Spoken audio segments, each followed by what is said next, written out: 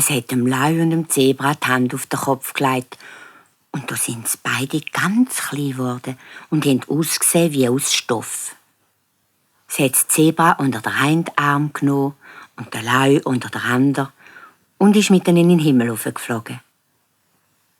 Und gerade am nächsten Tag hat das Christkind einen Brief von einem kleinen Bub bekommen. Dort drin ist gestanden: «Liebes Christkind, ich wünsche mir für meine Arche Noah noch ein Leu und ein Zebra.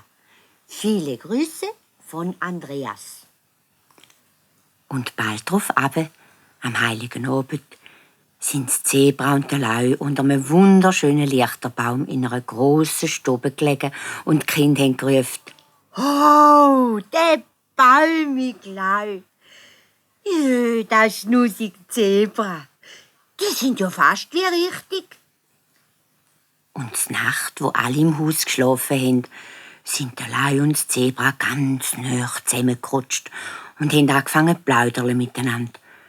Von der Wüste, wie es miteinander geschuttet haben und wie das schrecklich war, wo der kleine Leu das Gestreifel zur Nacht hätte fressen sollen.